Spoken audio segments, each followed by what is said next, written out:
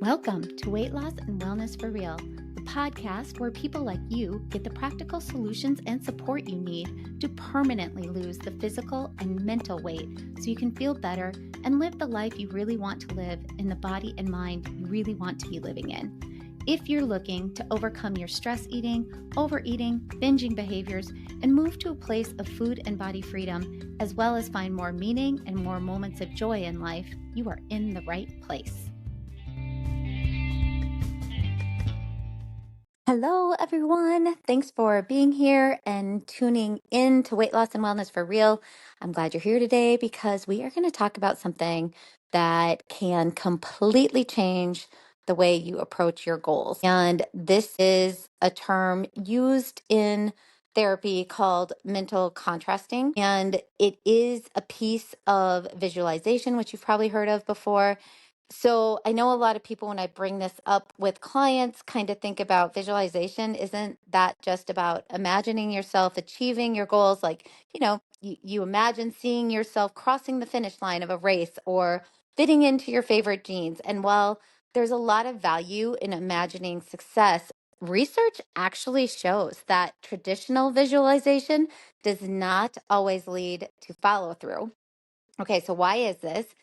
It's really part of what I harp on a lot in this podcast and different episodes about toxic positivity, right? When we're trying to be in this overly positive state, a lot of times there's a part of us that knows there's this possibility that that is not going to happen. And so we don't feel in alignment. And so when we are in toxic positivity, we end up creating a lot of tension and stress within the body.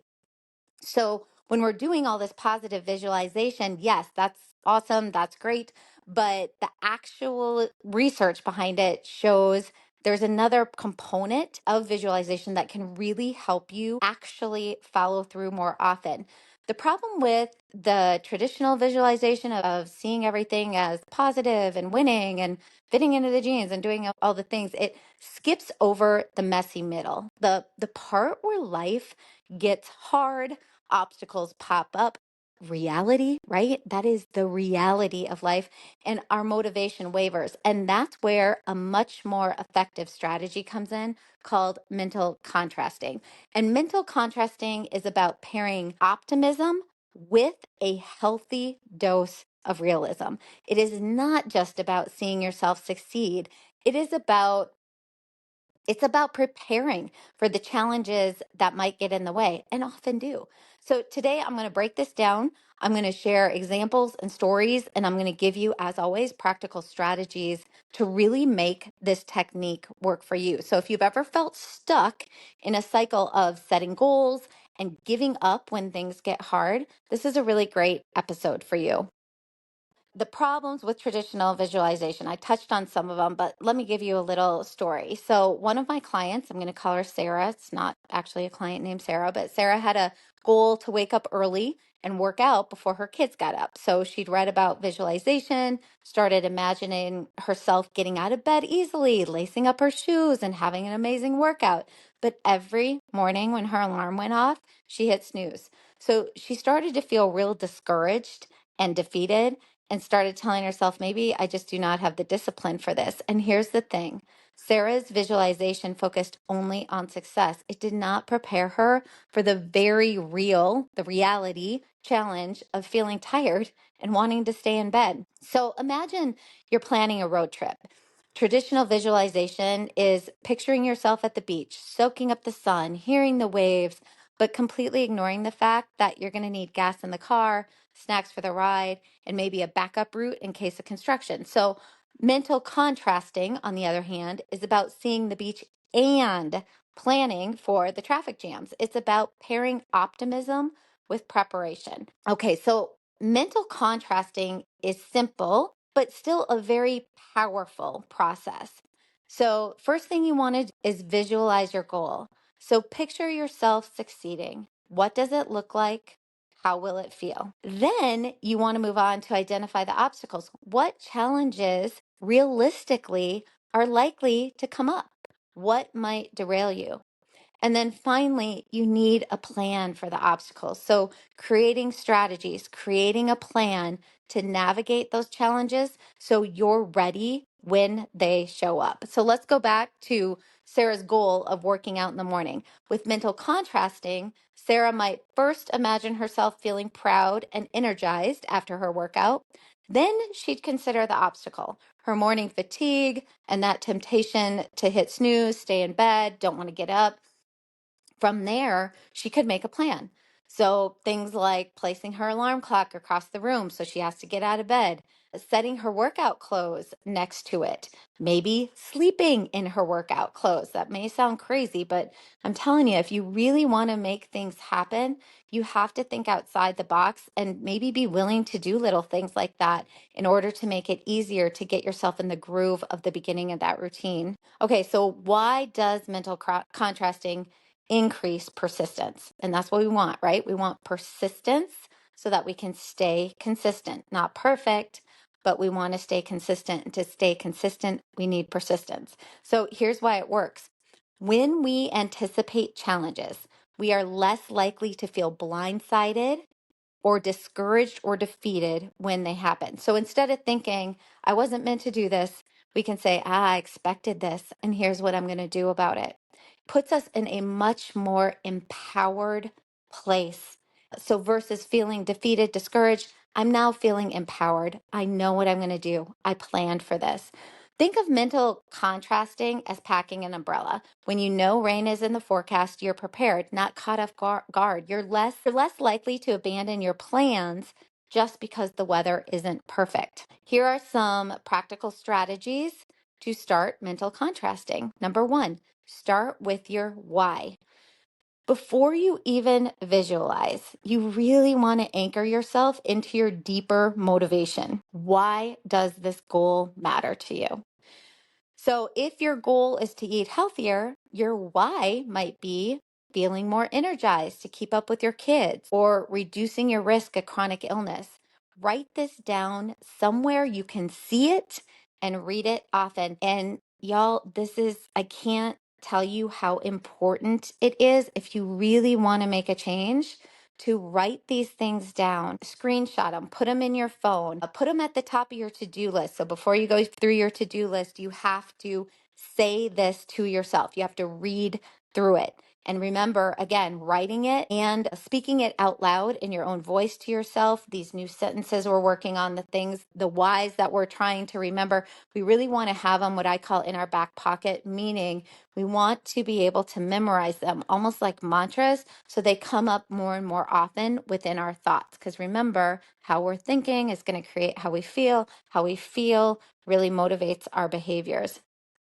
Okay, so write down your whys, repeat it to yourself often, put it on sticky notes. So you have to read it often, put it on a sticky note on the dash of your car. So you're reading through it often throughout the day. Okay, second thing you can do is practice whoop. Hey everyone, quick interruption to tell you about something really exciting for me. It's a product that I have become an ambassador for, and it's a product that I love.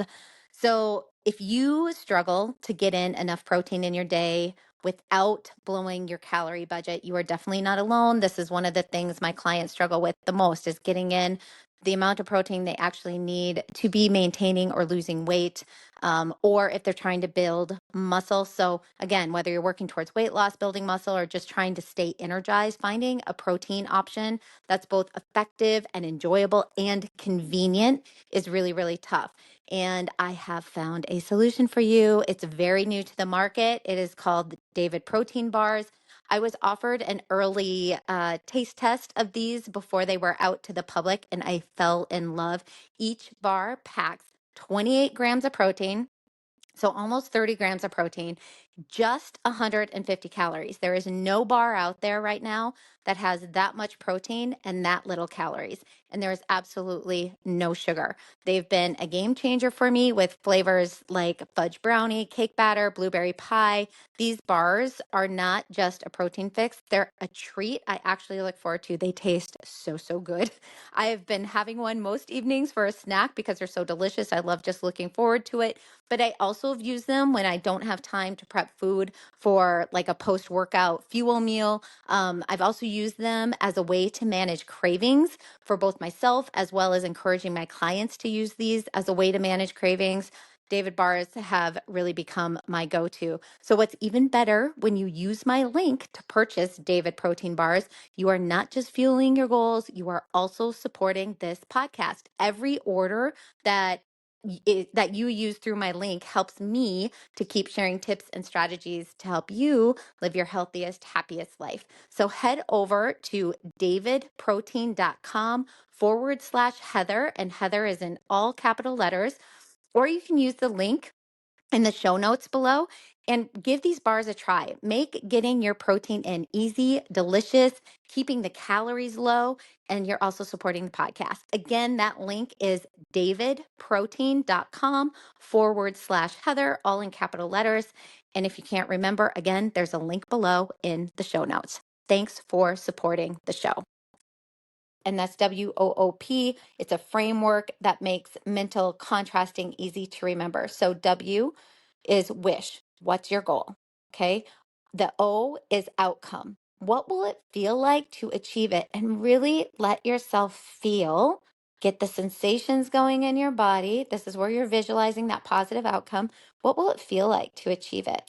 So WO. U is wish. O is outcome. The next O is obstacles. What challenges might arise? This is where you're using the mental contrasting. What challenges might come up? So WOO, the last one is P. P is a plan. What is your plan? What is your strategy for overcoming those obstacles? And remember, our plans and strategies, they're going to be both behavioral. So, like maybe sleeping in your workout clothes, right? But you also want to have mental strategies. What are you going to think? How are you going to remind yourself to think those things? Okay, so we've got WOOP, WOOP, wish, outcome, obstacles, plan. So let's say your goal is to meal prep every Sunday. So here's your W, your wish. I want to have healthy meals ready for the week. Here's your first O, outcome. I feel organized and less tempted by fast food when I do my meal prep on Sundays. What the next O is obstacles. Here's some of the obstacles. I might feel too tired after a busy weekend. Maybe I don't want to meal prep on Sunday. And then P is plan. I'll schedule my meal prep for Sunday morning instead of evening and keep it simple. Just 3 recipes. So that's the plan. Number 3, you want to reframe obstacles as a part of the process. When challenges arise, really reminding yourself that they are not signs of failure. These are normal and expected. I always tell my clients who come in and, their goal is, I just want to feel happy. And it's like, oh, okay, yeah, we're going to work on that. But remember, a third of life at most is happy. A third of life is usually pretty not awesome. And a third is really, really, really negative. And that is simply reality. And when we can accept that and really embody that reality, that's when we get peace. And that is a beautiful thing, because when we are in peace, when we are not in tension, when we are not in stress, it is so much easier for us to follow through on the things we really want to be doing in our lives. So, number 3, when challenges arise, remind yourself they are not signs of failure. These are normal. They are expected. This is reality. So, think of your goal as climbing a mountain. The rocks and the steep parts are not there to stop you. They are just part of the climb. Number 4, use if-then planning. This is a really powerful way to prepare for obstacles. So create if-then statements to guide your actions. So here's an example. If I feel too tired to cook dinner, then I'll grab the pre-chopped veggies from the freezer and make a quick stir fry. If I don't feel like working out, then I'll just do 10 minutes of movement and see how I feel after. So that's that if-then strategy for planning. Okay, I just want to pause here and remind you, this isn't about perfection. You are going to face obstacles, and some days you might fall really short of your plan, and that is okay. What matters is that you get back up and keep going.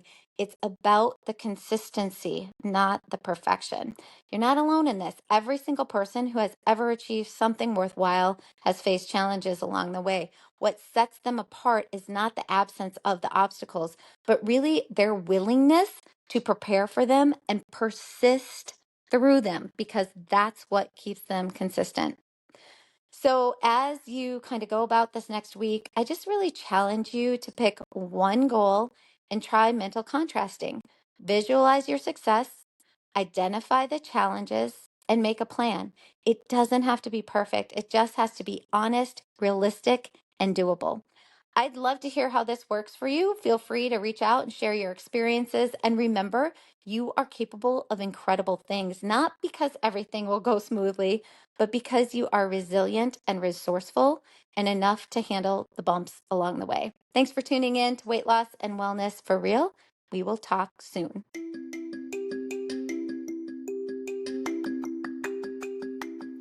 Did you know you can find a lot more help from me on my website? Go to heatherheynen.com. Heynen is spelled Heynen, and there you will find links to my online courses, how I work with clients one-on-one, as well as online with my coaching and counseling services that I offer. The information in this podcast is intended to provide a broad understanding and knowledge of healthcare topics. This information is for educational purposes only and should not be considered complete and should not be used in place of advice from your physician or healthcare provider.